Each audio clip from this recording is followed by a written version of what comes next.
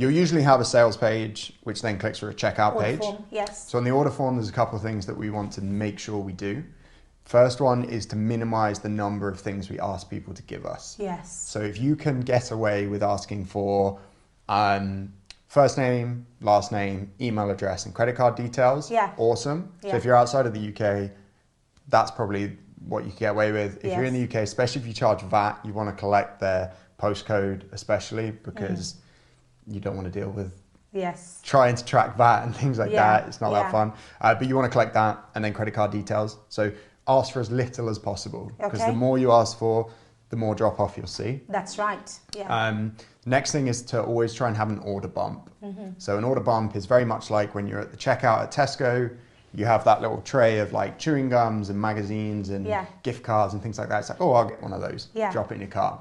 So it's just a checkbox that kind of adds to whatever it is they're already buying. Yes. It needs to make sense in the situation. Correct. So yes. if they're it needs buying, to complement the product before. Precisely. Yeah. And your goal with that is to try and hit 20% of people purchasing that. Yeah. If you're getting way higher than 20%, then it's priced too low. Yes. If you're getting way lower, then it's either priced too high or the offer's not right.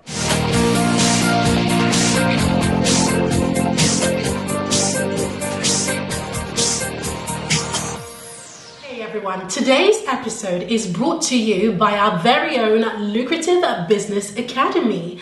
Now, don't forget to subscribe to this channel so that you can see all the future episodes. And of course, if you haven't already, make sure you enter the giveaway so that you can get all the amazing gifts from all of our guests from this season. Enjoy the episode. Running a business online is absolutely incredible when you know how to bring in the sales. So my guest today on the Lucrative Lady Talk Show is the amazing Cam, who is going to be talking all about sales systems. But most importantly, we are going to be focusing on conversions and what type of sales funnels you should use in your business. So welcome to the Lucrative Lady Talk Show with me, your host, Obasa. If you haven't already subscribed to this channel, make sure you do. And of course, make sure you join our amazing giveaway. But now I want to get in and all personal with Cam, who is talking all about conversions. Welcome to the show. Thank you so much for having me. Really excited. Yes, I'm really excited. This is our first time meeting in person. It is, yeah. It's so weird. We speak every 2 weeks. Yes. And in our mastermind. And we probably only live about an hour away from each other. Oh, really? So where do you live? Clapham. Oh, amazing. Yeah, that's not even far. Yeah. So it's such a small world, yet a big world in that respect. Speaking of which, so you run an amazing brand. So let's talk about your brand and what you do first of all. Yes. So I run an agency. Yes. We work largely with fitness companies. We're currently going through a transition from Social Brand Lab, which we're currently called now, to the Fitness Marketer. So it's I like that. More sort of niched targeted, in. which I'll talk about a lot today, I like that. and reasons why. Have you grabbed that name? Yes. Good. Yeah. I was actually surprised it was free. I was like the Fitness Marketer because I've looked at fitnessmarketer.com because digital marketer is a big one in our space. And that wasn't available, but you just put the or it's in front of something and it's fine. Yeah. Yes. So so I run an agency working with fitness influencers, personal trainers. Largely, we do have some clients outside of that. We build sales funnels, marketing processes, conversions, all that kind of stuff, and then advertising, YouTube, Instagram, Facebook, all that kind of stuff. You do a lot, but it I all do. boils I feel down like I work a lot. I'll be honest. No, but it's good stuff. It's good stuff. It all boils down to making more money in your business. Of course, yeah. So for those who have no idea what it is, what is a sales funnel? A sales funnel, like the most simple term for it, in my opinion, is taking someone from not knowing who you are to buying from you time and time again.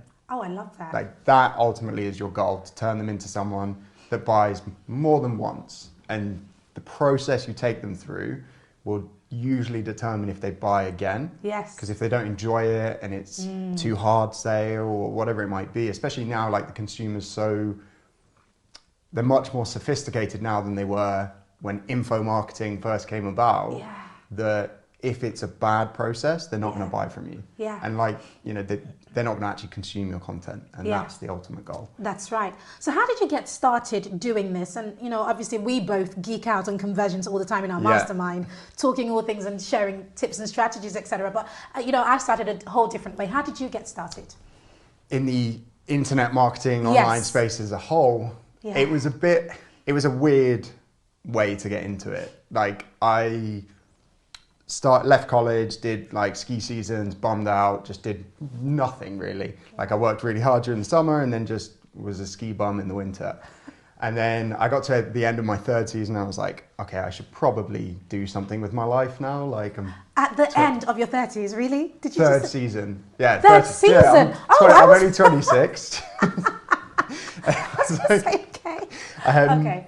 Yeah, and so I kind of came back and was looking for different things to do, looked at property, looked at all these different avenues, and then I saw internet marketing, went to a couple of events, and one thing I noticed very quickly, and this was in the BizOps space. So the BizOps space it's not my favorite space, I'll be honest, but it was how I got my start. Yeah. So I am grateful to it in certain ways. Yeah. But I noticed very quickly all the people that were making money and doing well were on stage, not the people necessarily in the crowd. So I kind of was like, okay, I need to speak to those people. I need to be around those people. So I kind of went to these events, talked to a lot of speakers, and ended up managed to volunteer at one speaker's his own event that he was putting on. I was like, I just overheard a conversation that he was putting it on. I kind of said, do you need a hand? Yeah. And he was like, yep, you can volunteer.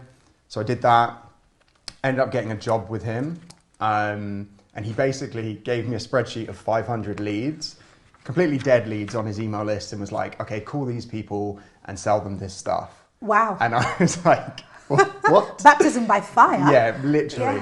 Yeah. And so I did that, and he was like, okay, great. Moved to London, basically lived with him in his apartment in Canary Wharf with one other guy. But I was coaching his kind of high-level mastermind. So he was selling a mastermind, but I was coaching it. And this was, bear in mind, this was 6 weeks after me knowing what internet marketing was. Like I grew up on a farm. I could hardly use a computer.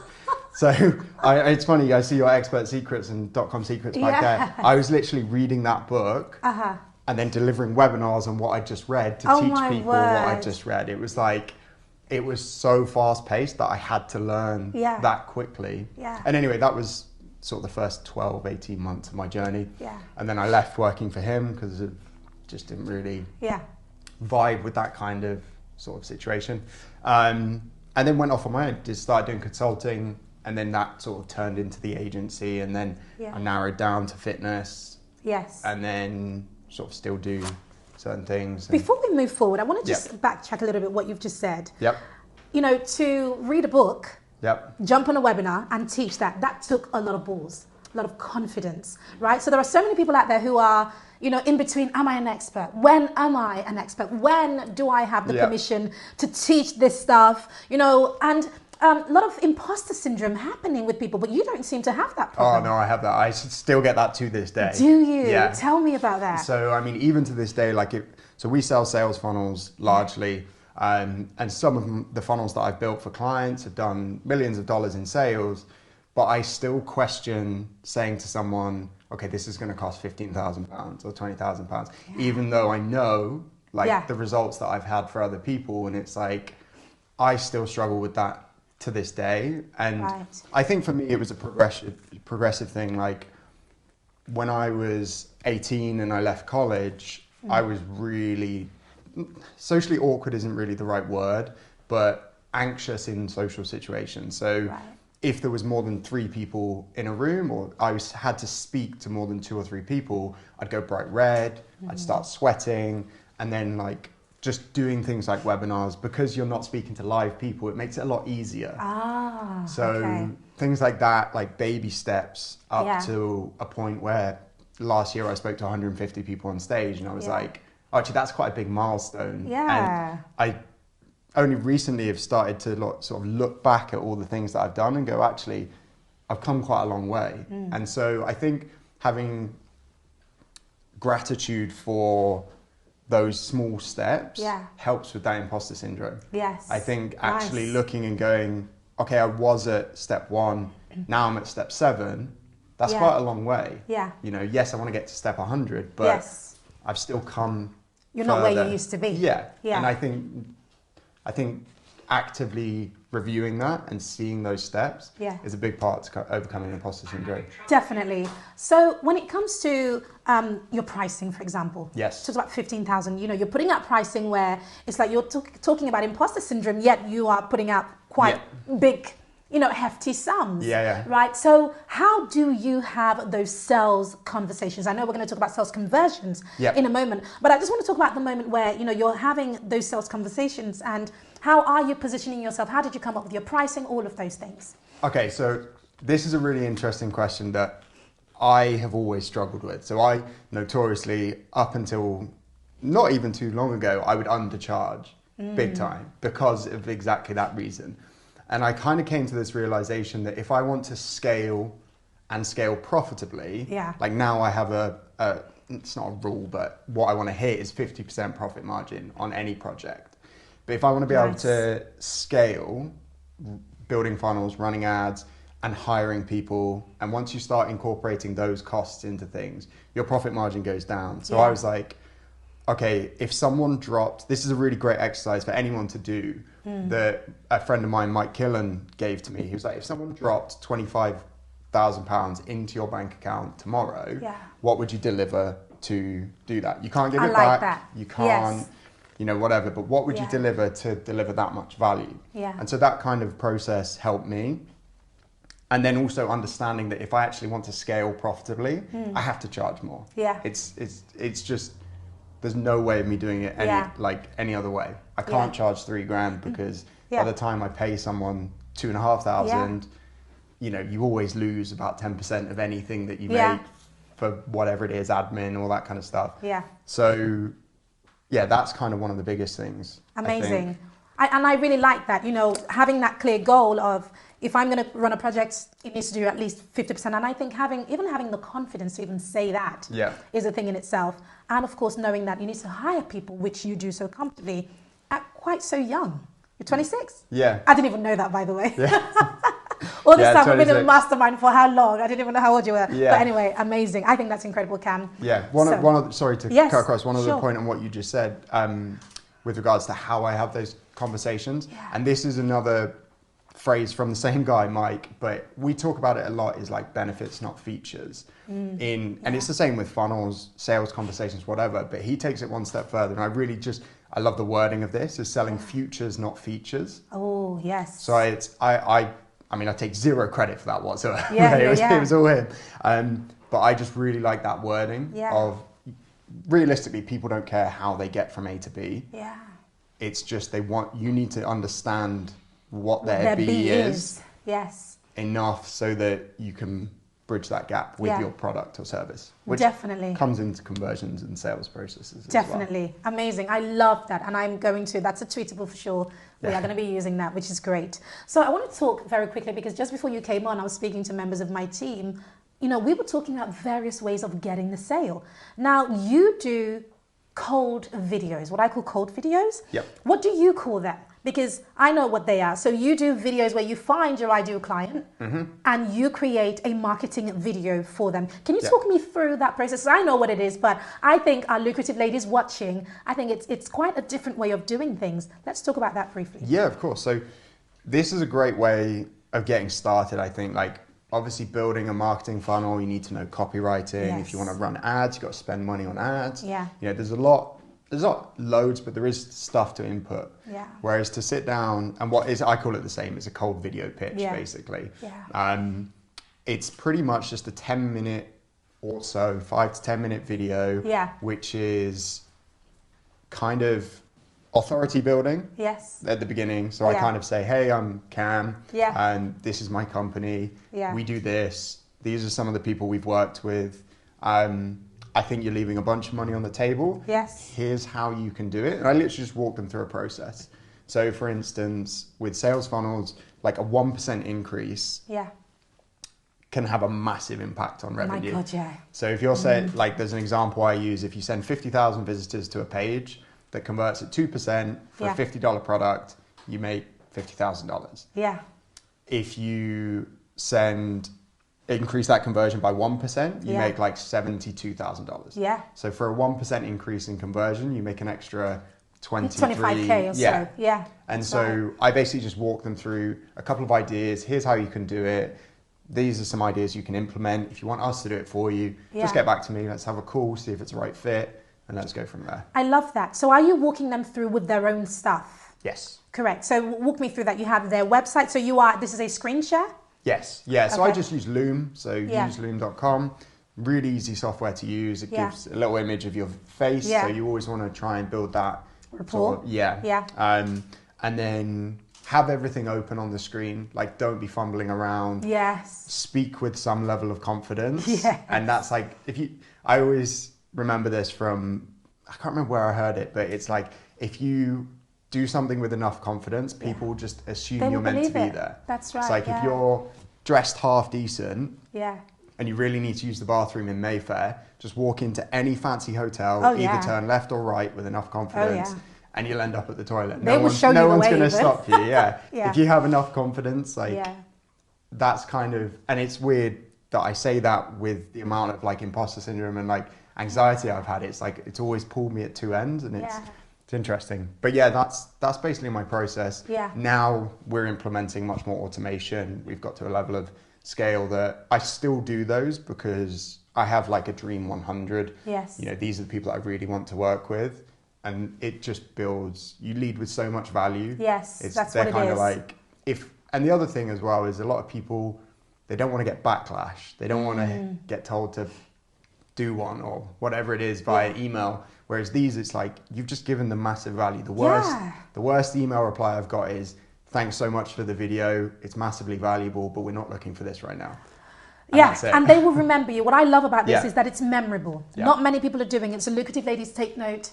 Do this or try it at least. Not many people are doing this. So it is memorable, but it's a lot of investment on your time. Yes. Because you have to research. So very quickly, what is the criteria? How are you deciding that, I'm going to speak to Caroline or Lorraine? What is the difference? What is the criteria? Yeah, so for me, obviously the agency, we sell products that are reasonably high ticket. Yes. Our lowest tier product is like a retainer of about £3,000 a month, up to £25,000 for a complete funnel. Yeah. So the time investment for the potential return, for me is makes sense. Yeah. If you're only selling a $100 product, I probably wouldn't spend 10 minutes to record a video. No. Necessarily. But my criteria is pretty much you have to have at least 2 products for a sales funnel to kind of make. Yeah. You can still sell 1 product, obviously. Yeah. But you get higher average order values, and we may get into all that stuff. So 2 products. It has to be a product that I believe in. Yeah. Like something that I think will be quite fun to market.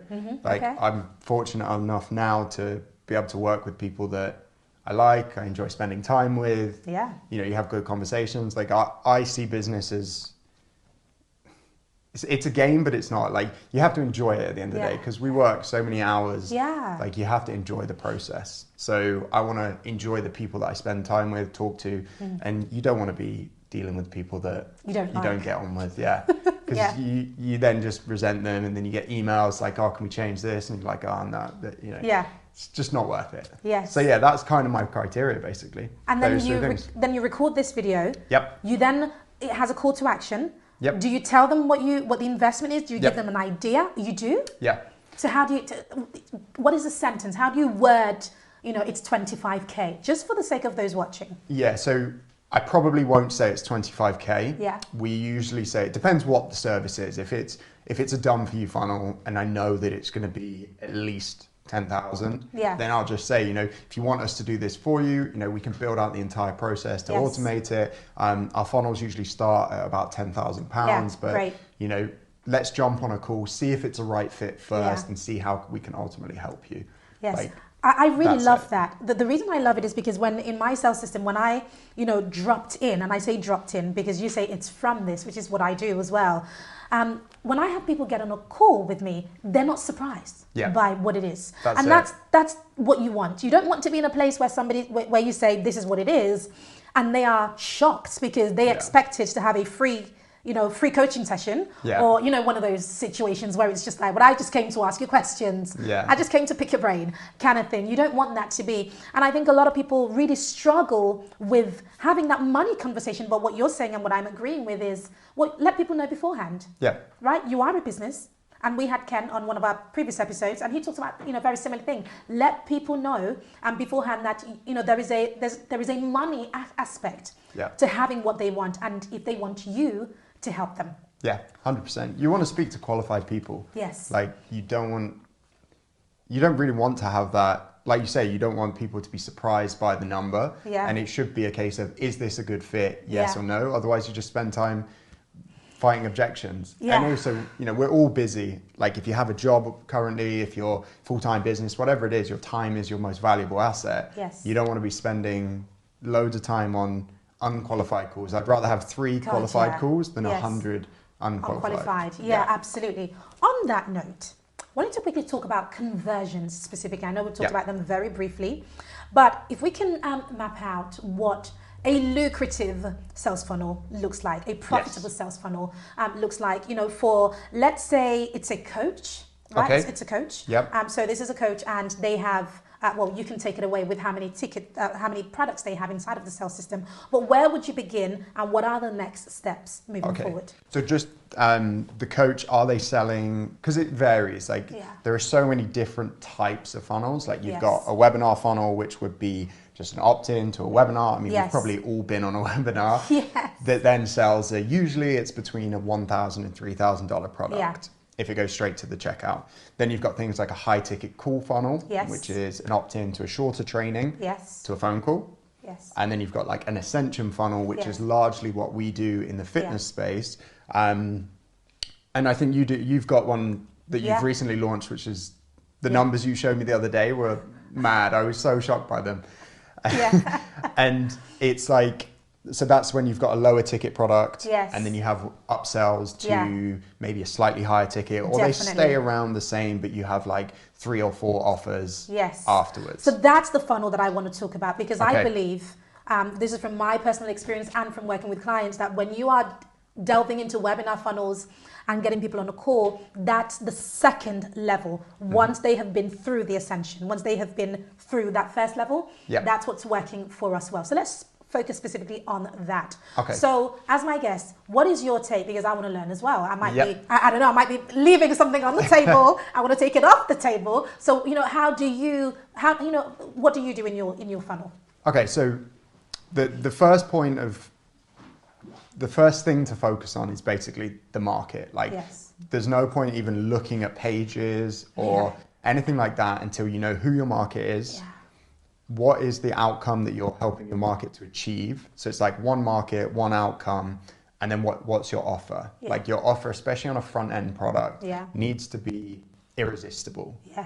It wants to be an absolute no-brainer. Like, if it's 27, 67, 47, anywhere under that $100 mark, it wants to be an absolute no-brainer. And I must have it now type of offer. And I think yours is a calendar, isn't it? It's social media. It's a done for you 365 social.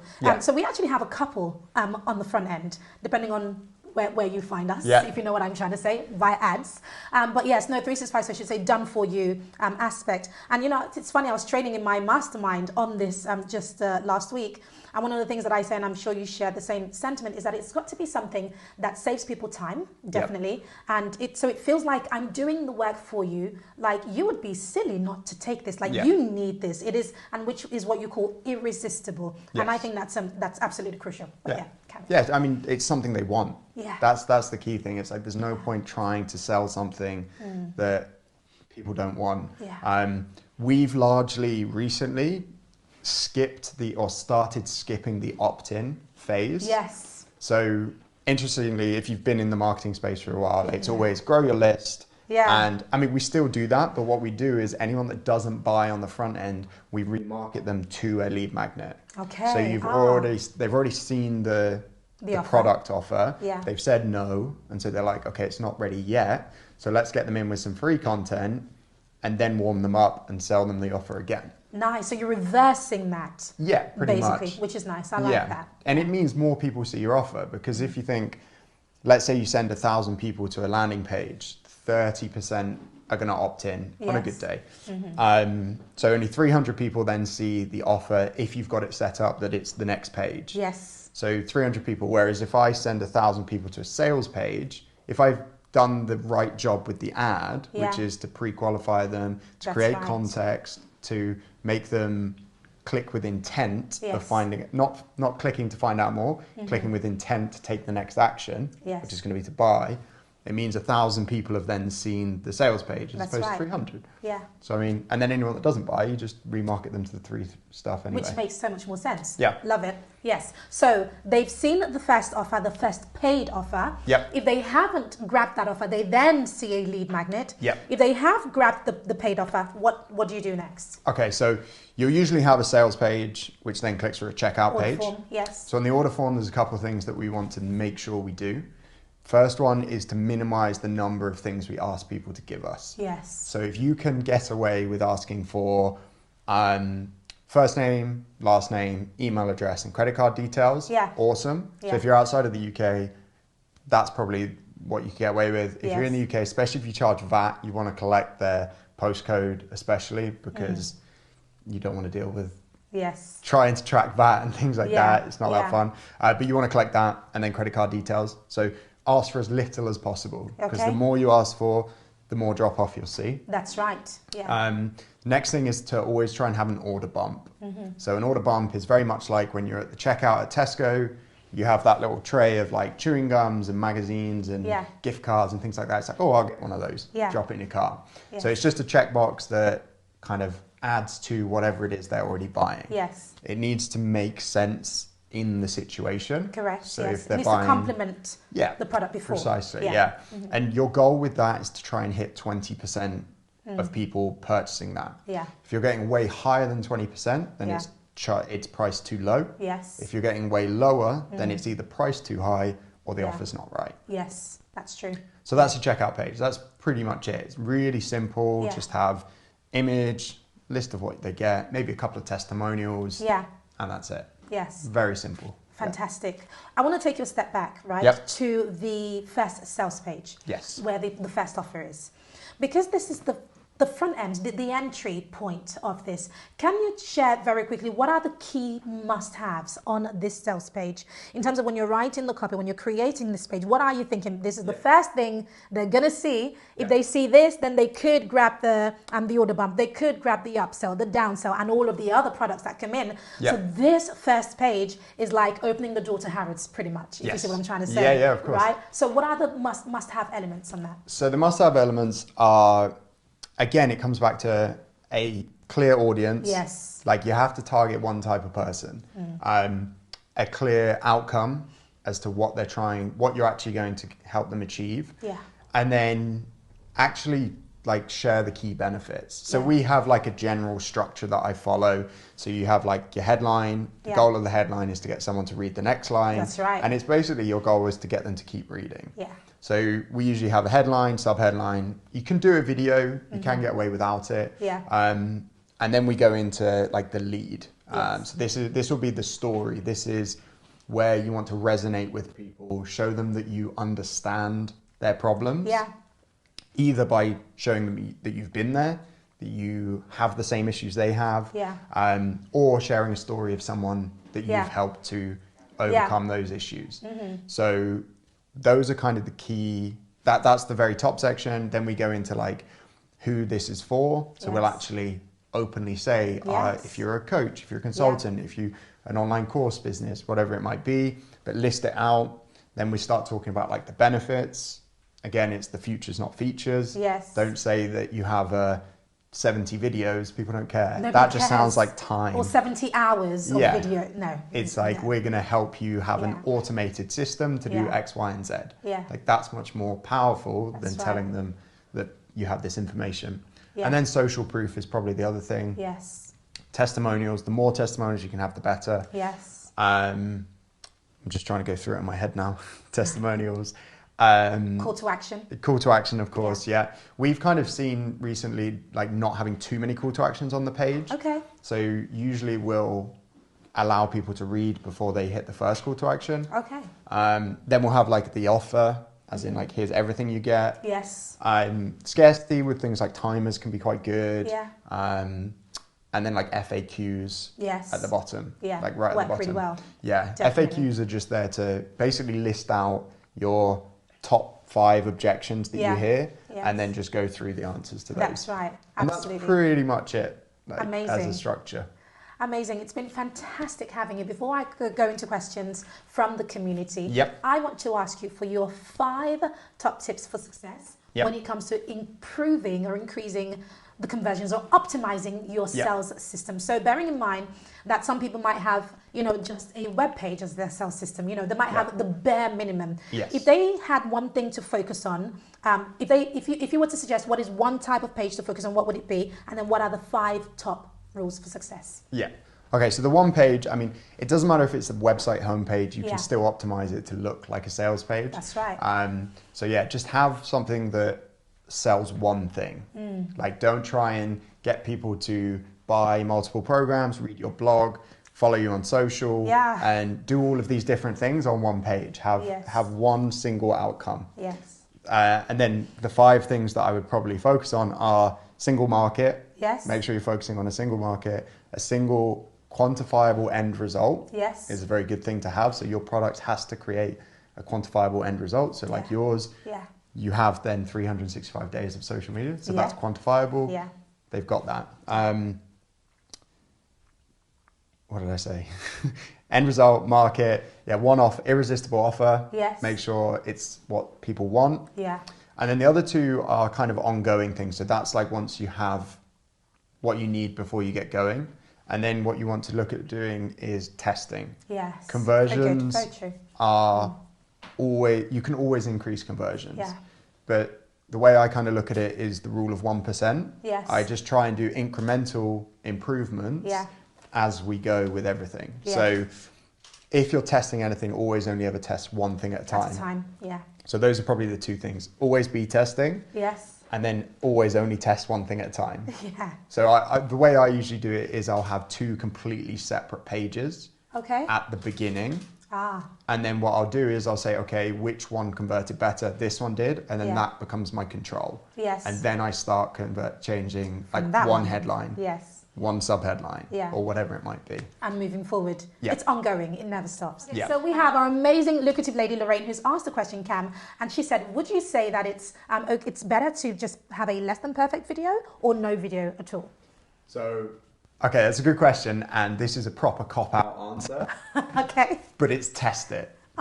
So I would create one. The way I would do it is I would create a less than perfect. Now, obviously, when it comes to video, you want to obviously make sure the audio is good. Yes. Have half decent lighting. Yeah. Like, it doesn't have to be professional. Yes. It depends what you're selling. I mean, if you're trying to sell corporate CEOs, $100,000 packages, you probably may need something a little bit more high production. Yeah. But if you're selling a $50 product, as sort of, you know, a tripod with your iPhone will be fine. Yes. But yeah, just make sure you sort of cover the key points, have a hook in there. Yeah. Basically the same structure as your sales page, but just in a video. That's right. So yeah, you have to test it because sometimes video outperforms not having video, but yeah, I would always do it because you can create that connection. Definitely. I would always have a video, but you know that I do all things video, and that's just because we've seen a massive jump with our conversions when it comes to video. So I would recommend it. So my answer, it's definitely do the video, even if it is less than perfect. But you are right? If you know your people, if your people won't accept a less than perfect, then you've got to lose it and come correct for them for sure. So we have another question, and the question is, when it comes to having a single page, say on your website, how does it then fit in with everything else? You know, with your entire funnel, with your entire market, how does it fit in? Okay. Yeah, so a sales funnel is usually a separate entity. Yeah. So if you have a website, everyone kind of, the biggest question I get is, should I have a website or should I have a sales funnel? Now the answer is a little bit more complicated because you can create a website that does convert. Yes. But if you want to actually generate results, I would always say a funnel first. Definitely. But they are two separate entities because there should only ever be one outcome to a funnel page. Yeah. Technically two. They either take the next step, buy, click through, opt in, or they leave. Whereas on a website, they can click to your about page, they can click to your contact. There's a lot of different things pulling them away. Yes. So yeah, I'd always have it as a separate page where they can't do anything other than read the page, take the next step. Yes. And the way it kind of incorporates is like you could have on your website your programs listed out, and when they click that, it then goes to the sales page. Yeah, that's right. Yeah, absolutely. I love that. That's really good. That's the best way to marry best of both worlds, really. Yeah. Great, brilliant. Thank you so much. I think that was our final question for today. Have you loved being on the show? I have. It's been really fun. Yeah, this is my first ever talk show, so I really appreciate you bringing me on. And thank you. Hopefully it's been valuable. It has. I'm sure it has. You know, people will let us know in the comments, I'm sure. But you know, really good value there. So thank you so much, Cam. Thank you. Lucrative ladies, thank you so much for joining. If you haven't, of course, subscribed to this channel, please make sure you do hit subscribe. And of course, if you want to be in with our amazing giveaway, make sure you click the link in the descriptions and join that now. Now, where can they find you, Cam, if they wanted to find you? So Instagram is probably the best place, Yes. which I'm going to say now. So it's Cam JARRAD on Instagram. Yes. We do have a YouTube channel, but like I said, we're going through this rebrand. So everything will be, by the time this goes live, I believe, on thefitnessmarketer.com. Amazing. Fantastic. Brilliant. You know what to do. He's a wanted man. Go and find him right there on Instagram. Fantastic. Thank you so much. Hello, lucrative ladies. As you guys know, my mission in life is to help you to create a lucrative business and life that you love. And it is because of that we created the Lucrative Business Academy. Our goal with the Lucrative Business Academy is to provide you with the curriculum, coaching, and community to help you to take your business to the next level. LBA will provide you with the necessary step-by-step process to help you take your business forward. So whether you're just starting out in business, or perhaps you are more established but you want to get high-paying clients, or you are ready to scale your business, or perhaps you are stuck and just want to be unstuck. Well, the truth is that there are core principles for every single one of those, and that's where the Lucrative Business Academy comes in. We have 5 core areas inside the Lucrative Business Academy, and the first is, of course, our amazing courses. Take a look at everything that's waiting for you inside of the Academy. And every single month, that list increases because we are constantly adding new courses based on what our members need. As well as our amazing courses, you also have access to a live 2-hour masterclass with yours truly every single month, where we get to dive deep on a specific area of your business as voted by the community. So this is a great opportunity for you to engage, have your questions answered, and of course get unstuck and get coaching right on the spot. The third thing the Lucrative Business Academy offers are our amazing global networking event. That's right. So you can join us online for our global networking event where you get to connect with members all across the world. Inside of our networking event, you get access to 3 guaranteed one-to-one appointments, which gives you the opportunity for joint ventures, collaborations, and of course a great way to meet your ideal clients. The fourth thing that the Lucrative Business Academy offers are of course our amazing speaking opportunities. That's right, we offer our members speaking opportunities both offline and online inside of our networking events and our live events. So as a member, you get to flex your muscles on the stage, in person or online in front of a global audience, which is an incredible way to build your brand. And last but certainly not least, as a member of the Lucrative Business Academy, you get access to an amazing community of other lucrative ladies who are on the same journey as you and are waiting to cheer you on, helping you to achieve your goals and of course provide accountability so that you are not going this journey alone. Now, the Lucrative Business Academy pricing starts as low as $49 per month, and you get a huge discount if you buy the whole year upfront. I think that the Lucrative Business Academy is one of the best things that we have ever created. And if you are ready to scale your business quickly, then we invite you to join us today. So to do that, all you have to do is head to the link in the description or head to this link, academy.thelucrativelady.com/yes, and you can get in right now. That is academy.thelucrativelady.com/yes, and you can get access right now to all of the coaching, support, community, and everything that you have inside of the Lucrative Business Academy. So with that being said, I look forward to seeing you on the inside, my friend. Until then, make sure you create a lucrative business and life that you love. See you later, Lucrative Lady. Thank you. Oh, didn't I smashed it? That's it. That's what I was waiting for, right? Some sort of happy dance, celebration, something. Yes. Thank you, Cam. Thank you. Oh, sorry. Probably should have stood up then. Should we do it again? I'm joking. Yeah.